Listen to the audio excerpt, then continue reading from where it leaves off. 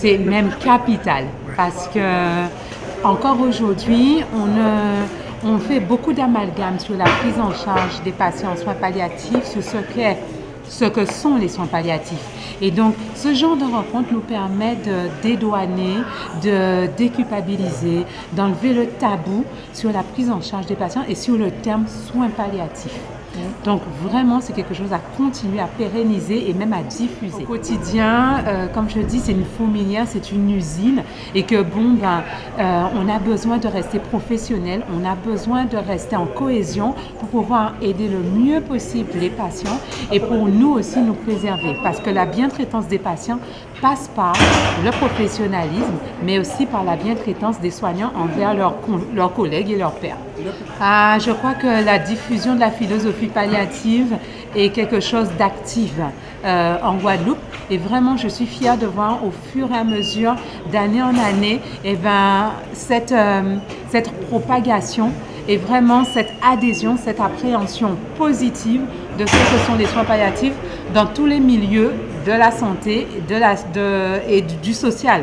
Oui, c'est très important. En fait, il est important de bien comprendre que la fin de vie, ça fait partie de nos vies et qu'il faut absolument qu'on aborde ce sujet qui est profond et qui est très très important.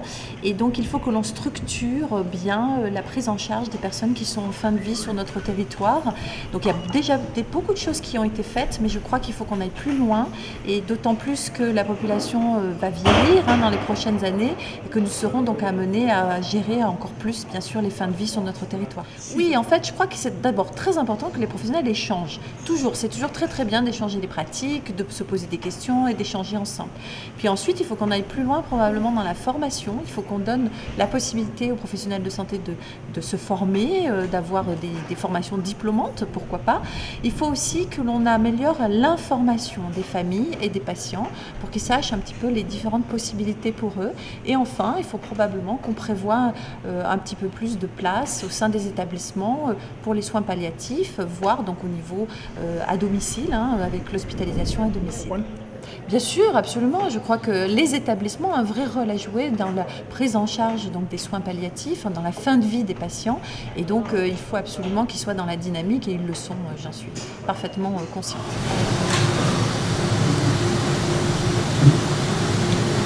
Ce sont des raccoons, tous ceux de ma famille qui n'en veulent qu'à mon argent.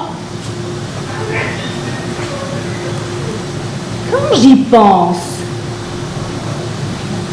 j'ai eu 2 belles-mères, 2 vermifuges. Maintenant, je fais bien attention à ma santé parce que je sais qu'un jour ou l'autre, je vais avaler mon bulletin de naissance.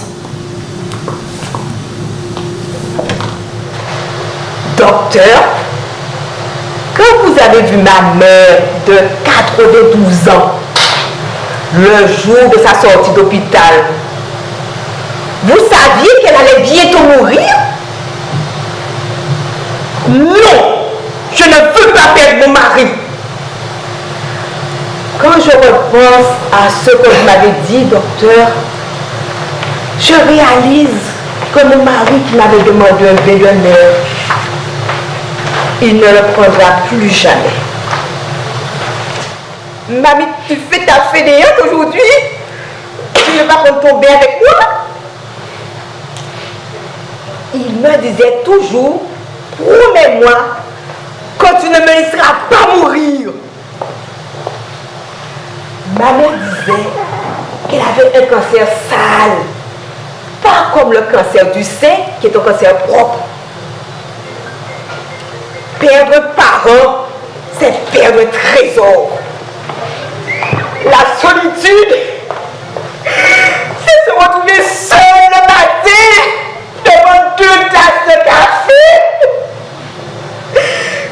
Maintenant que mon mari n'est plus, je veux entourer mes petits-enfants, non plus de mes 2 bras, mais de nos 4 bras. Il m'a dit merci, lui que je soigne,